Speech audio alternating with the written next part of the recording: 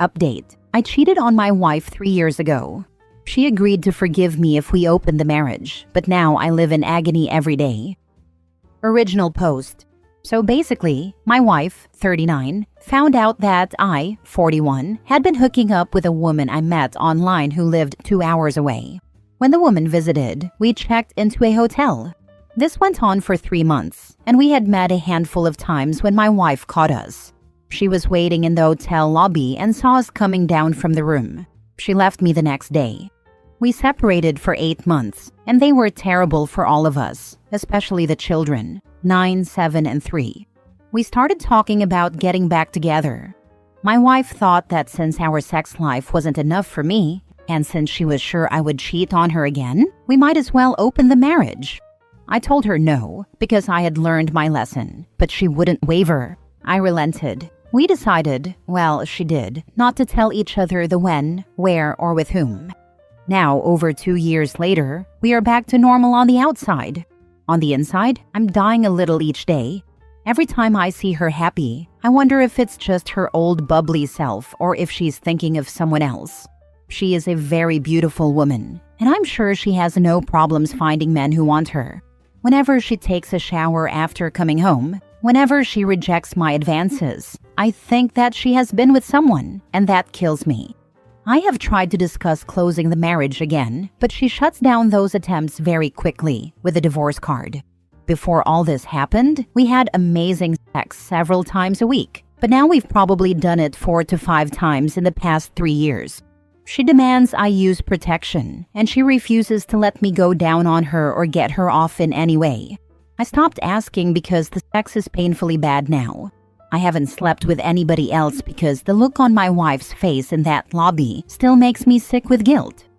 I don't know how much more I can take. I love my wife, and I want to spend the rest of my life with her. Will she ever stop punishing me? Have you ever forgiven a cheating spouse and stopped punishing them? What's going on in her head? Now for the top advice before reading the update. So you had great sex life, but you needed to cheat? Okay. Divorce or let it go. You brought this on yourself.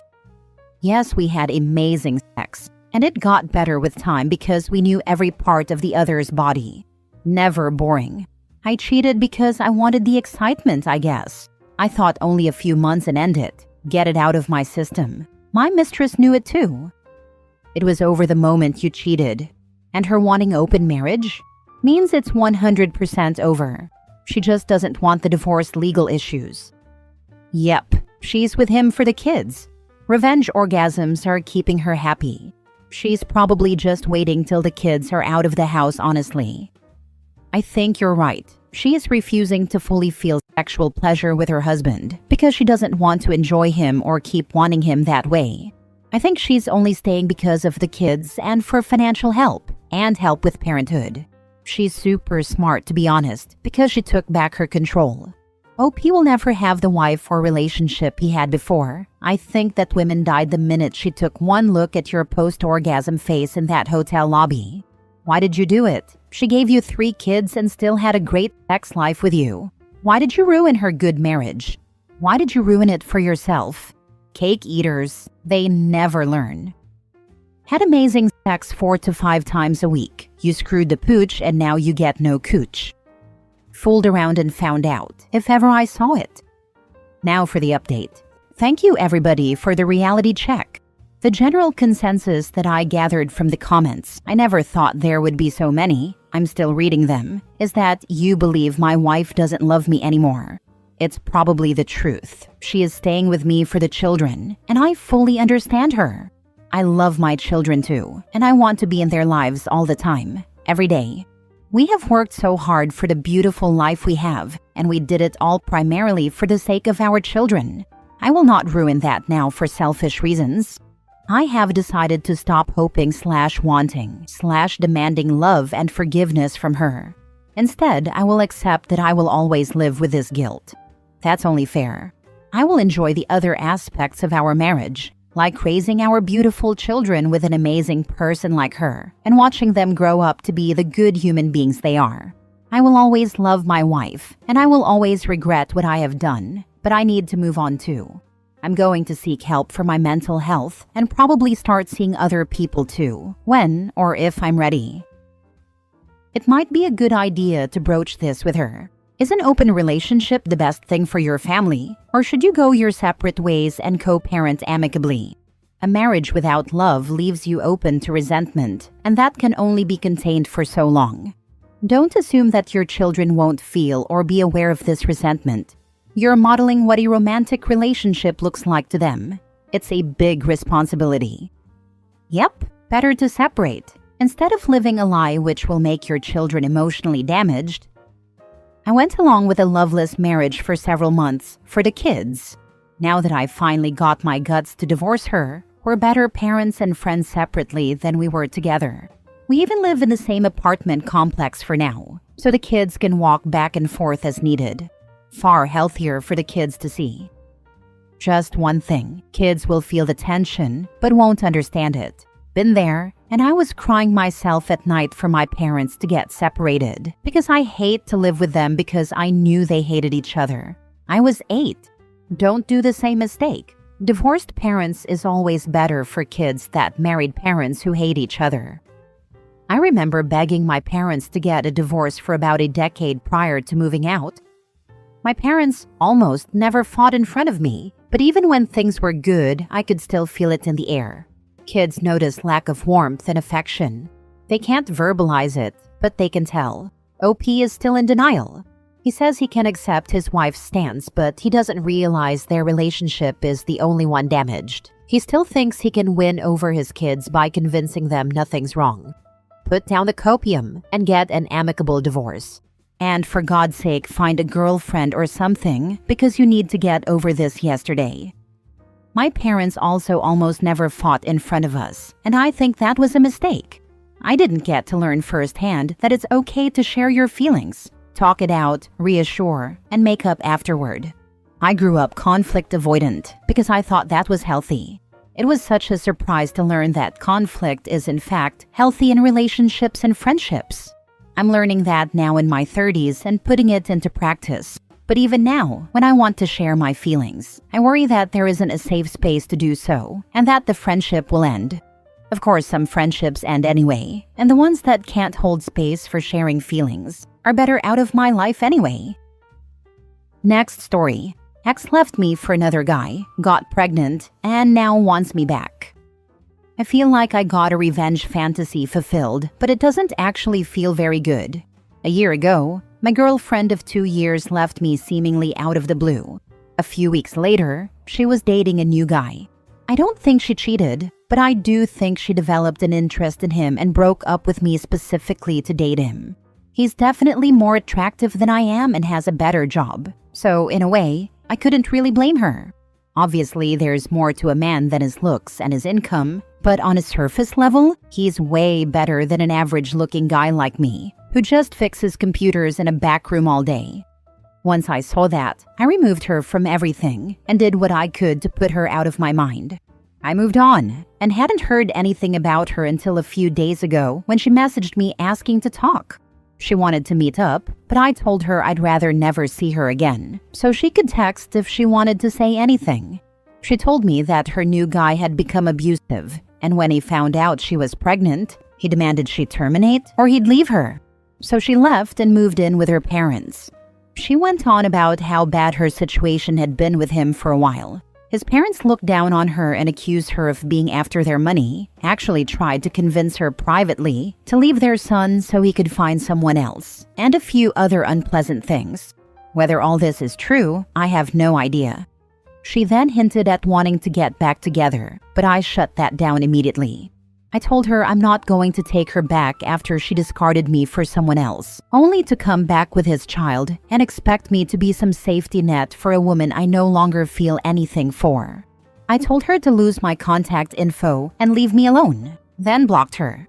She tried a few other ways to contact me, but I just block and refuse to engage further. This feels like a scenario a lot of guys dream of, a sort of messed up revenge on an ex that hurt them. But all I feel is sadness. That child has a rough life ahead of them, with a father that wants them to not exist, and a mother who I also don't think too highly of now. I won the breakup, I guess, But it's a hollow victory. I feel kind of dumb for it, but I cried a bit this morning thinking about it, and I don't want to tell anyone else about this in person, so I'm sharing it here. Now for the comments. It's a hollow victory. You're a well-balanced person. You're all right. Don't change. Thanks, but I tripped and got hot sauce over myself, so I'm not that well-balanced, and I'm gonna have to change. But also, genuinely thank you for the kind words. You're also quite funny, OP. You're a good person, and I hope you find a partner as kind and empathetic as yourself, who deserves you and will always value you. A man's best revenge is to move on and succeed in life without her. That will destroy her way more than this. The best revenge is a life well lived was something I read shortly after our breakup that stuck with me. I moved on and lived my life without her.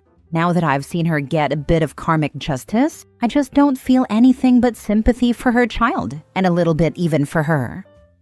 Don't let that sympathy or sadness put you in the mind of wanting to help. You are a good person, and she knows that. When she comes around, and she will, do not let her tears sway you. Don't let her pleas for you to help feed her kid have you digging into your pockets to give her money.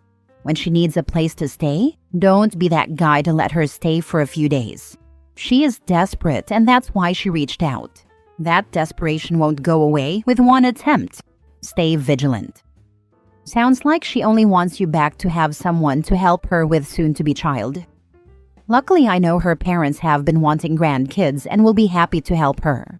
They were pressuring us for a kid shortly before we broke up, and it was clear they didn't want just one. So I hope they still have that desire because they are great people and will be wonderful grandparents to her child if that's the case. Last story. My ex's mother called me years after the breakup and I told her some truths. About a month ago, my ex-mother-in-law messaged me asking if we could talk. She used to treat me almost like a daughter, very understanding and warm, always kind to me, but she was extremely lenient toward her son, whom she spoiled rotten. Quite literally. Well, not exactly literally, but you know. So I said okay, and she called me on the phone. She told me this whole story about how my ex-father-in-law is going broke and how everything has been getting more expensive. She told me about my ex's last girlfriend, which lasted only a few months, and about his ex-wife, whom he married after we broke up. That lasted a year. So, what she wanted was to ask me for help. For me to give a statement attesting to his good character, because his ex-wife is suing him, accusing him of SA and stalking, because she's autistic. She didn't get into detail.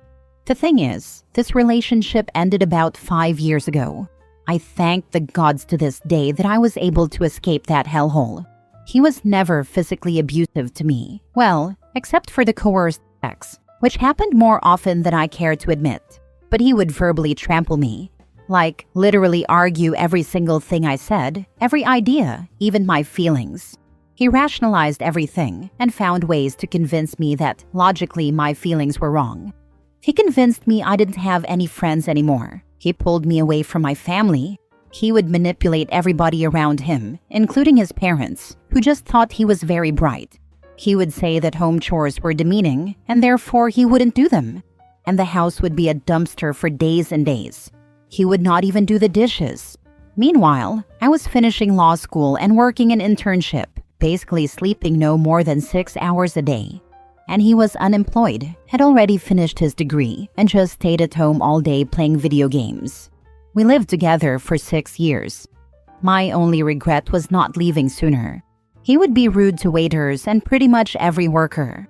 He would speak a lot and very fast and very loud in a way that no one could get a word in, much less a full sentence. Once I got sick, puking and sweating with the flu. I asked for help, and he said he couldn't do anything. I had to call my mother, who brought me meds and soup and sat with me. Once, he threatened to kill himself if I left him. He told me multiple times he believed sex was not about pleasure, but about power. Knowing it was important to me, he would withhold it. He pretty much broke me, and though I'm much better now, I'm still healing. Some months ago, he reached out saying that he had broken up with his girlfriend and that we should speak again because how come he wouldn't have me in his life anymore? And also, he was going to the gym. and he was tested at a high testosterone level, and that religious girls were worse than feminists because at least we were sincere. Like, he said some crazy things. That was on WhatsApp. I blocked him without responding. He then proceeded to message me on Instagram, which I blocked, then had the audacity to send an SMS. I blocked him there too. Blocked him everywhere. Didn't even listen to the voice notes or open the pictures. I don't want to know. So yeah, when his mother called me asking for help, I told her I'm sorry. I feel your pain as a mother and I even sympathize, but I cannot get involved, and I will not say something that I cannot attest is true. And yeah, I got mad and ended up telling her a thing or two about her precious son. She, and every friend of his and his family, are definitely blocked for good now. And once again, I thank the gods I was able to leave that situation behind, truly, from the bottom of my heart. Glad you came out of the relationship. What made you realize it in the end? After 6 years? Your story and realization might help others. Honestly, I knew I was unhappy for at least a couple years, but I felt like I couldn't leave him. So it was brewing, and he'd always threaten that I'd leave him. He'd say, "Oh, you want to leave me then?" Every argument we had. So one day I answered yes. Yes, I want to leave you. But what really pushed me over the edge was this song by a Brazilian artist. I was at school and the video clip started playing on TV and it just clicked. I like to say that song is the official soundtrack to my breakup. Haha. It's literally the artist singing, "Leave me alone. Let me live my life. Let me be happy," and stuff like that. Forget about him, his family, and people who enable men like him. You are free, smart, and happy now. Treat yourself to a night out in town. Enjoy your life. Good riddance. You should have agreed to testify, but never use the phrase, "for him." When you're on the stand, tell them that he verbally and emotionally abused you, as well as repeatedly raping you. Actually, contact his ex and offer a written statement. I would love to have a chat with her, that's for sure. My sister did this. It was healing for her because nobody understood what she went through as that girl. I highly suggest you do this.